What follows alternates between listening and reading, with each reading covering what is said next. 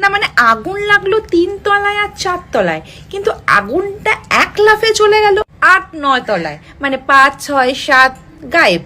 এগুলো তো যায়নি, লিফটে করে সোজা 8 তলায় 9 তলায় চলে গেল। যেখানে আমাদের ইভিএম মেশিন গুলো রাখা ছিল সেইখানে আগুন প্রথমে নিচতলায় লাগলো, তারপরে হঠাৎ নক করতে করতে গিয়ে একদম ইভিএম এর ঘরে গিয়ে পৌঁছে গেল। আমি তো ভাবলাম ইভিএম গুলো বললো ভাই আমি আর পারছি না, এবার আমাকে রেহাই দে, এবার আমাকে রিটায়ারমেন্ট দে, এত বছর বিতর্কের মাঝে আমি আর পারছি না বাপু। এদিকে আমার বাড়িতে 2008 সালের ইলেকট্রিসিটির বিল যত্ন সহকারে আমার মা রেখে দিয়েছে। সেই কোন জন্মে একটা মোবাইল কিনেছিলাম, সেই মোবাইলের বাক্সটা পর্যন্ত আমার মা যত্ন সহকারে রেখে দিয়েছে।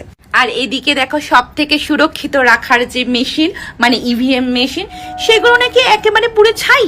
কিন্তু এটা অনেকেই বলছে এটা দুর্ঘটনা ঘটে গেছে। হ্যাঁ ঠিক আছে, দুর্ঘটনা ঘটতেই পারে, কিন্তু একটা আমার মনের প্রশ্ন, বলতে পারো সব সাধারণ মানুষের মনের প্রশ্ন, যে এত বড় একটা গুরুত্বপূর্ণ জিনিস যেটা ইভিএম মেশিন, সেটা কি আরেক নিরাপত্তা শক্ত হওয়া উচিত ছিল নাকি? আমাদের বাড়িতে তো গ্যাসের পাশে দেশলাই রাখলেও মা বকাবকি করে না। আমার একটা প্রশ্ন হলো, এই যে এতগুলো ইভিএম মেশিন পুড়ে গেল 4000, তার ক্ষতিপূরণ কে দেবে? বর্তমানে একটা ইভিএম মেশিনের দাম 33,935 টাকা। এই টাকাটা কে দেবে?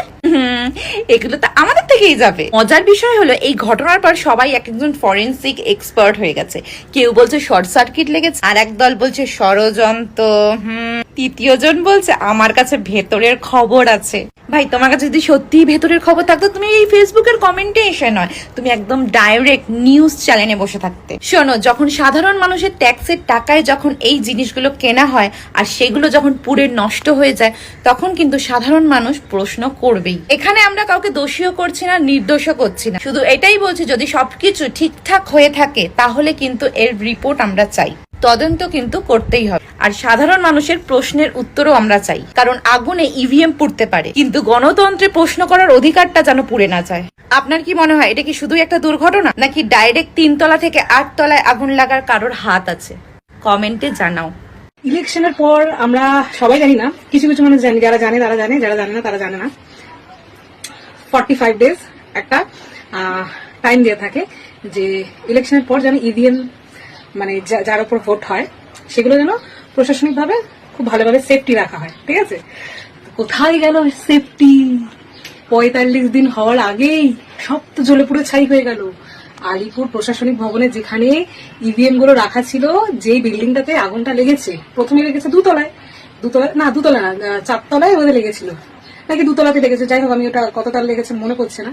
তারপরে হঠাৎ করে মাঝের আর কোনো 3, 4, 5, 6 লাগেনি, একদম সোজা চলে গেছে একদম 8 তলায়। মানে বুঝতে পারছো আগুনের কি কেলমা? আগুনও সত্যি, আগুনও এরকম বায়াসড। আগুন কেউ কেনা যাচ্ছে আজকাল, আগুনও বুঝতে পারছে যে কোনটা ভালো কোনটা মন্দ, কোথায় গিয়ে আমাকে আগুনটা লাগাতে হবে আর কোথায় না। ও মাই গড, সত্যি আমি না মাঝে মাঝে ভাবি, এই যে ও মাই গড করি না, আমি অবাক হয়ে যাই কি করে হয় এরকম। মানে ভাবছি আচ্ছা, যেখানে যেখানেই প্রশ্ন আসছে, এখানে ইভিএম এর কথা ছিল, ইভিএমটাকে ভালোভাবে রাখার কথা ছিল, সেখানে আগুন লেগে গেল।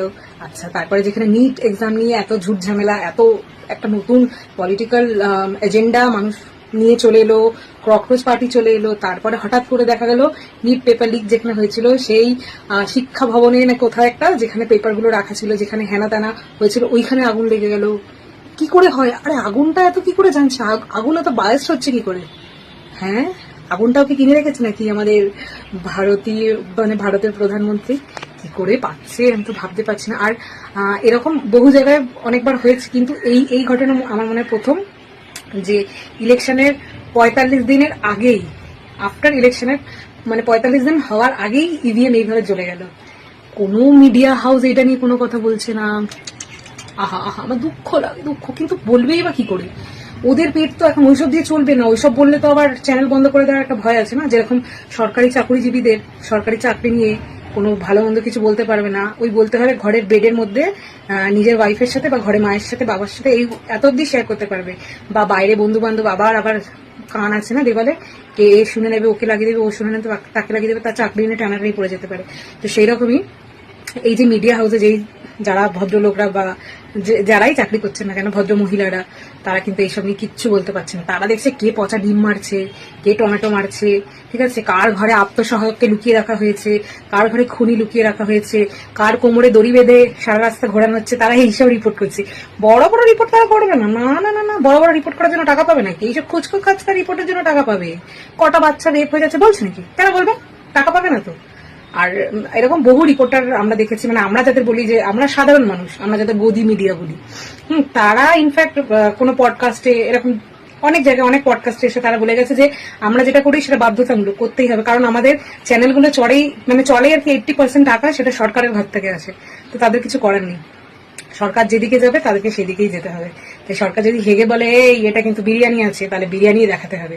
আর সরকার যদি বলে এই ও কিন্তু ভদ্র ছেলে, কিন্তু ওকে খুনি দেখাতে হবে, ওকে খুনি দেখাতে হবে, তাহলে আমরা এখন মিডিয়ার কাছে বিক্রি হয়ে গেছি। মানে না, মিডিয়া এখন সরকারের কাছে বিক্রি হয়ে গেছে। আর মানুষ, কারণ প্রত্যেকটা মানুষের এটা ঠিক থাকে না, মানুষ ওপর দিয়ে যেটা দেখে ওটাকে সত্যি কথা মনে করে।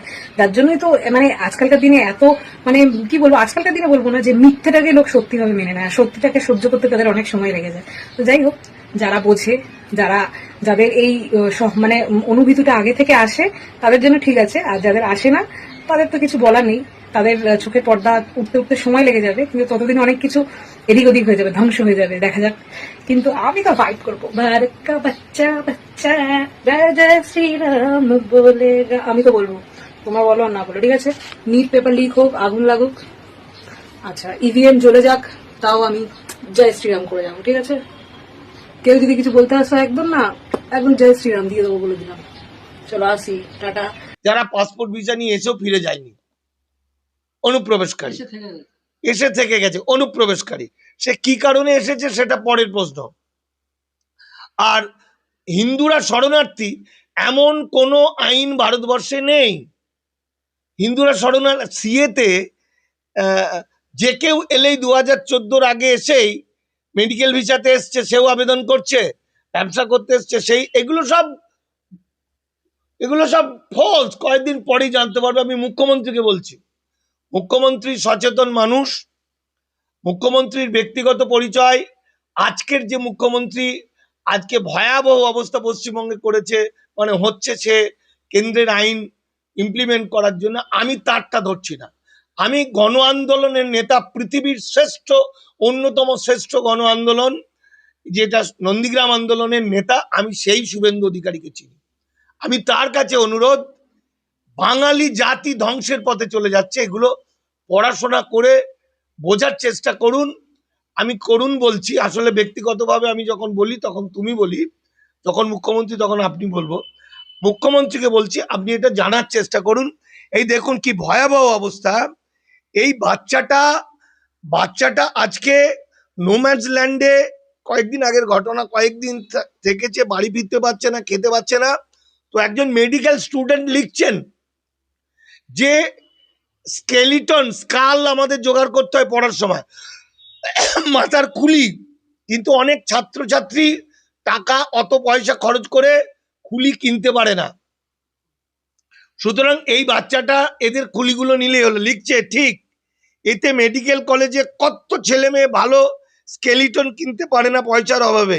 এদের থেকে দু একটা যদি, মানে এদের মাথা কেটে মরে গেলে এদের মাথাগুলো যেন যদি দেওয়া হয়, তাহলে আমাদের আর বিনা পয়সায় কিনতে হবে না। কারণ অনেক অনুপ্রবেশকারী, হ্যাঁ সেটা নিয়ে রিসার্চ করবে, একজন ডাক্তার বলছে, একজন মেডিকেল স্টুডেন্ট বলছে, ফেসবুকে দিয়েছে। এখন দেখুন, একটা মানুষও যাতে বেনাগরিক না হয়, একটা মানুষ যেন শেষ না হয়, এটা আমরা চাই। হিন্দু, মুসলমান, খ্রিস্টান, বৌদ্ধ, জৈন, যে কেউ। কিন্তু আমাদের চাওয়ার সঙ্গে তো আইন নয়, আবার আইনের বাইরেও আমরা নেই। কিন্তু যেখানে মুখ্যমন্ত্রী বলছে আইনের শাসন চায়, তাহলে অসীম সরকার কি করে থাকে, নিশীথ প্রামাণিক কি করে থাকে, আমি কত নাম বলবো অবৈধ অনুপ্রবেশকারী রাজ্যের। বুঝা গেল? ভোটের আগে আমি তৃণমূলকে, অভিষেকের কাছে চিঠি দিয়েছিলাম যে আপনাদের এখানেও অনেক অনুপ্রবেশকারী ভোটে দাঁড়িয়েছে, কেন, কোন অর্থে? এখন যে সমস্যাটা হচ্ছে সেটা আরো ভয়ঙ্কর। সেটা হচ্ছে, দেখুন এর জন্য দায়ী কিন্তু রাষ্ট্রনেতারা আর রাজনৈতিক দল, সাধারণ মানুষ নয়। সাধারণ মানুষের কাছে এসসি এসটি ওবিসির কোনো ধারণা নেই। সেইভাবে 1950 সালের 10ই আগস্টের আগে থেকে যারা ভারতে বাস করছে, সংবিধানের 341 নম্বর অনুচ্ছেদ অনুযায়ী রাষ্ট্রপতি রাজেন্দ্র প্রসাদ স্বাক্ষর করেন 10ই আগস্ট 1950। ওই দিন পর্যন্ত যারা এই ভারতবর্ষের মূল নিবাসী বা দরিদ্র মানুষ, শিডিউল কাস্ট, শিডিউল